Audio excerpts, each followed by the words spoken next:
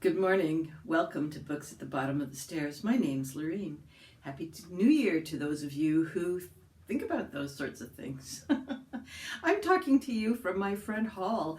The light is just stunning and the plants are really happy today, so I thought, why not just go for it?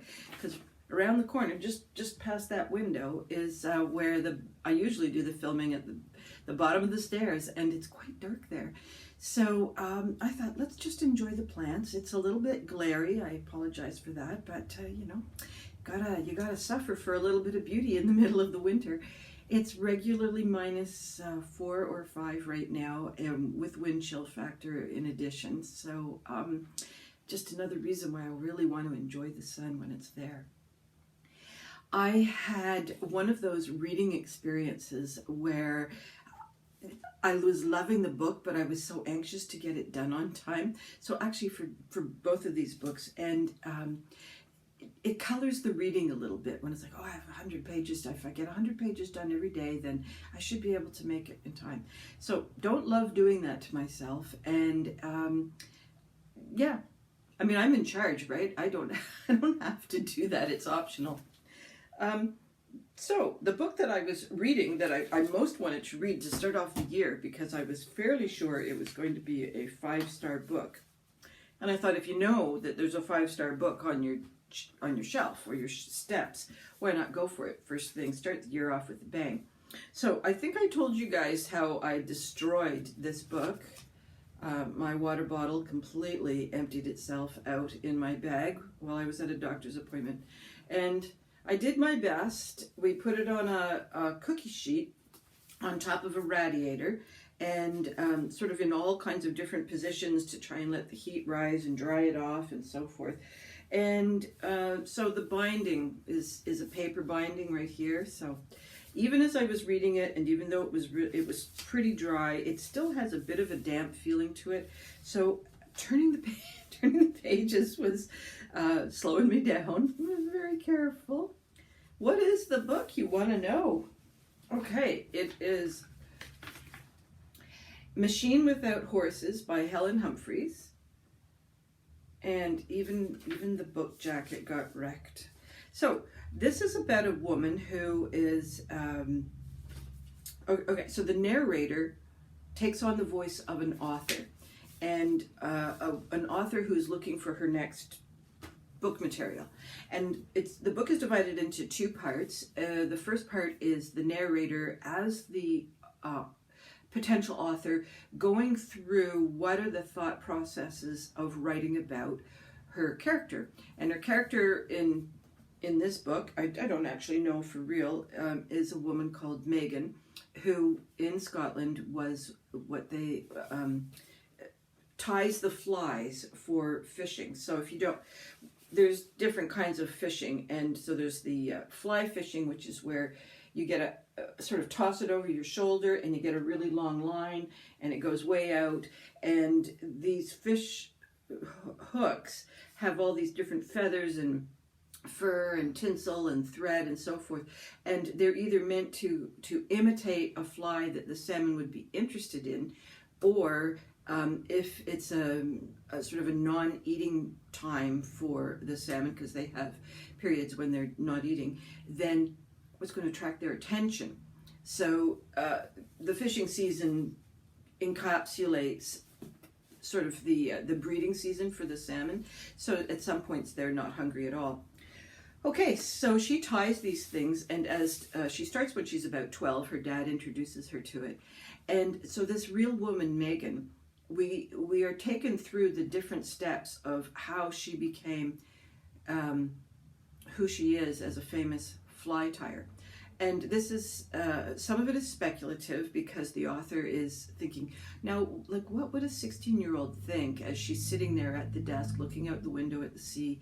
And would she be restless? Would she be content? Would she be like, I'm really looking forward to the dance on Friday night.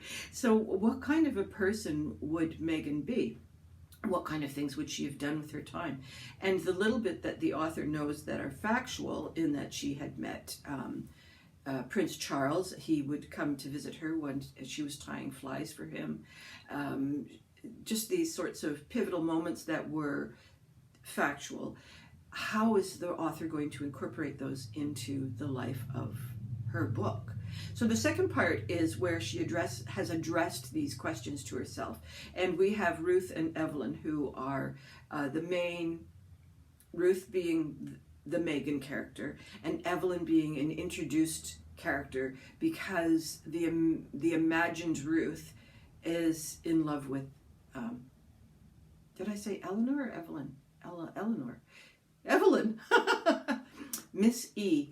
And so we finally get into the story that the narrator wants to be telling.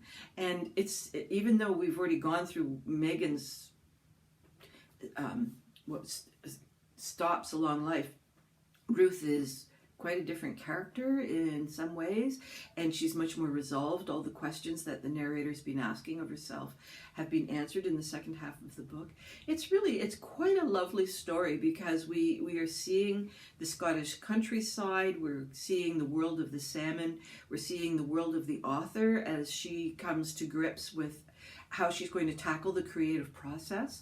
And I'm just on the starting parts of another novel with two little girl characters, and trying to envision what these little girls are going to be like is was taking advice. So I really enjoyed it. I wouldn't give it a 5-star, but it's a very strong Helen Humphrey book. I think probably it's in her top 4 or 5 books that she's written, because I just found Coventry so interesting. And then she's also written a non-fiction one called The River. So one of these days I have to do a Helen Humphrey, specialized documentary. But so she has 1 or 2 non-fiction books that are equally lovely. So it is truly a Helen Humphrey book. You really get the poetics of her sentence structures and her adverbs and verbs, adjectives, and just the poetics that she brings to the setting, to the character. She brings a very nuanced thinking to the character. Her characters are not standard. It's not that they're peculiar, it's that she goes into their heads and they're thoughtful. And Helen Humphreys is a very thoughtful author, so I think that it's reflected in particularly in the second half of the book, where we see how her fiction has finally resolved itself. So yeah, 4 to 4.5 out of 5 for me on this one, and still loving Helen Humphreys. Well, the next book is entirely different. The Girl in the Tower. Okay, there's a bit of a glare there. Yeah, I don't think that's going to help, Lorene. Okay, The Girl in the Tower by Catherine Arden. Now, this is the second book. The first one's The Bear and the Nightingale. And we have a young heroine, Vasilisa. She's called, her nickname is more like Vasha. So, judging by the name, we can assume, yes, it's in Russia. And it's sort of the time in Russia where the Tatars are starting to not be quite as prevalent as, because there was always the Russians and the Tatars were fighting and boom. And at a certain point, the Grand Prince of Moscow was paying tributes to the Khan in probably, I don't know where the Khan would have been living. I was thinking Constantinople, but I don't think so. Anyhow, Russian Orthodox faith is coming into play more and more, and the pagan beliefs with their different kinds of spirits and good guys and bad guys and supernatural and so on is starting to wane. And so Vasha is a person who can see the keeper of the oven or the keeper of the stable, and she speaks to them and she gives them tributes. And so is this a person who's a witch, or is this just a person who really annoys the church?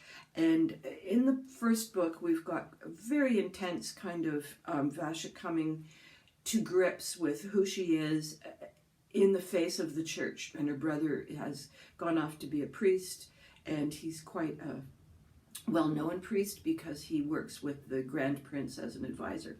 So at the end of The Bear and the Nightingale, Vasha has a situation that seems completely unresolvable and has to leave home, but there's where do you go in the middle of the winter as a female, a young female, unmarried. So that's where this book picks up. And again, this sort of conflict between church and paganism. I think that Vasha's kind of comfortable between the two, but that's not really what the story is all about. It's about power and who's going to be believed. What is Vasha going to do in the face of a culture that the women are pretty much oven bound because they're doing the cooking and the baking and the sewing and everything, and it very much in the winter in particular centers around the oven, which keeps the women and the children warm. They're not very much involved with the livestock or certainly with the crops, but so they have this very contained world. And even in the city of Moscow, it's a contained, very prescribed kind of male-female thing, and Vasha rides them both. But the Frost King is also the Lord of the Death, Death Lord, I guess. So he doesn't instigate death. He comes to gather up the souls of the people after they have died. And she has encountered him in book 1. And in book 2, he has become beguiled by her. So it's his torment as well in terms of, as an immortal, it's not very practical to fall in love with a mortal. It can diminish his godness. There's lots of, she has a horse. Oh my goodness, this horse is just incredible. It's sort of semi-supernatural. It's much stronger than other horses.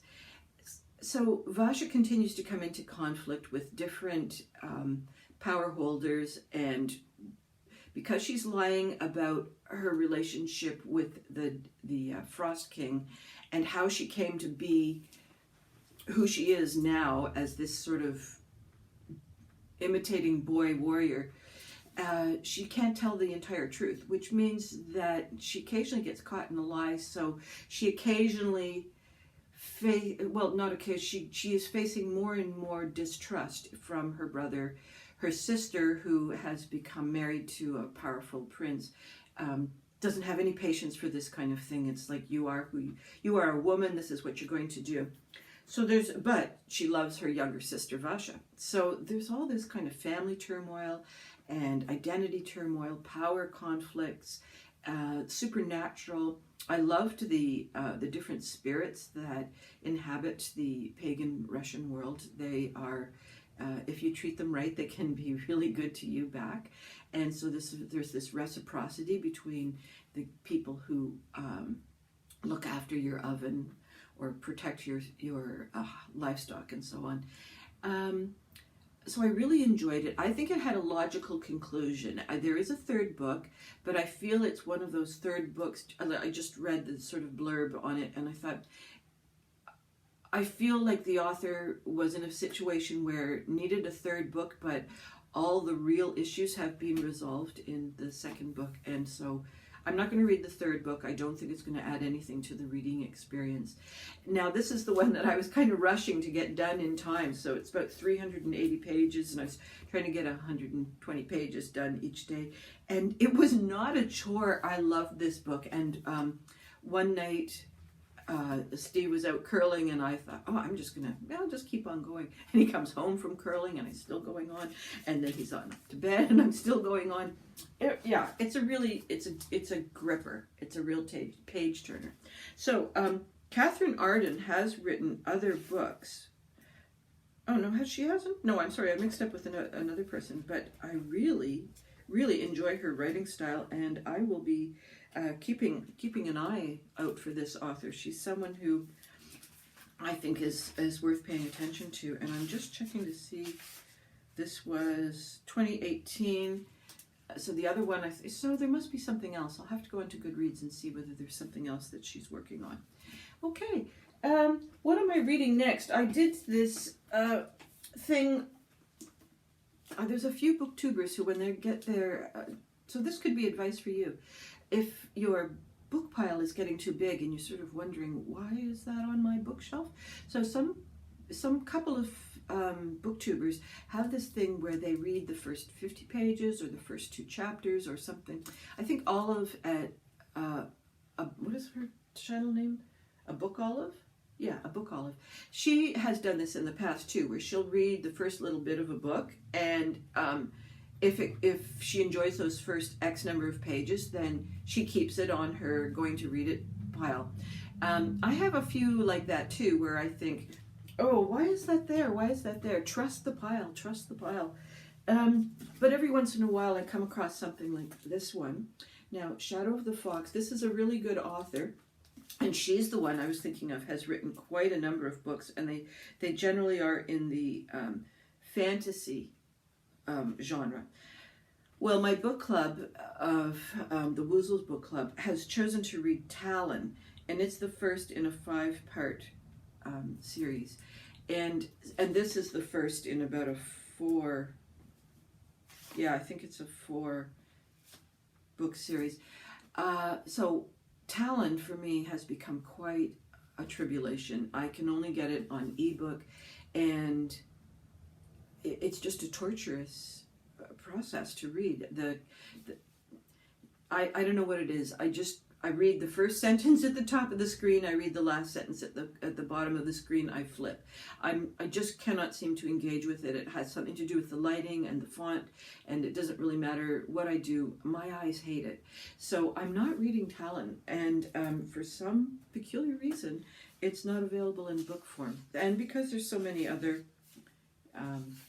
books in the series, it's like, oh, well, I don't even really want to start. What if I love the series and I have to do it all by ebook? So I'll wait and see what the book club has to say about it and debate whether it's worth purchasing.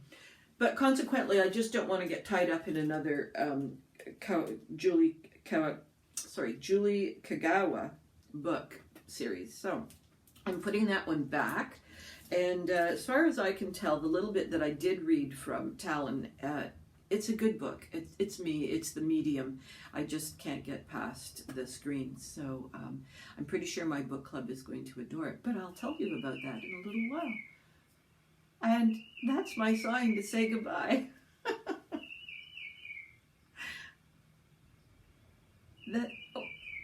That's it. Yeah, okay. I hope all your reading dreams and adventures continue to come true, that there's a sunny spot in your day or work. No, in your day or week. And I'll see you next time. Bye-bye for now.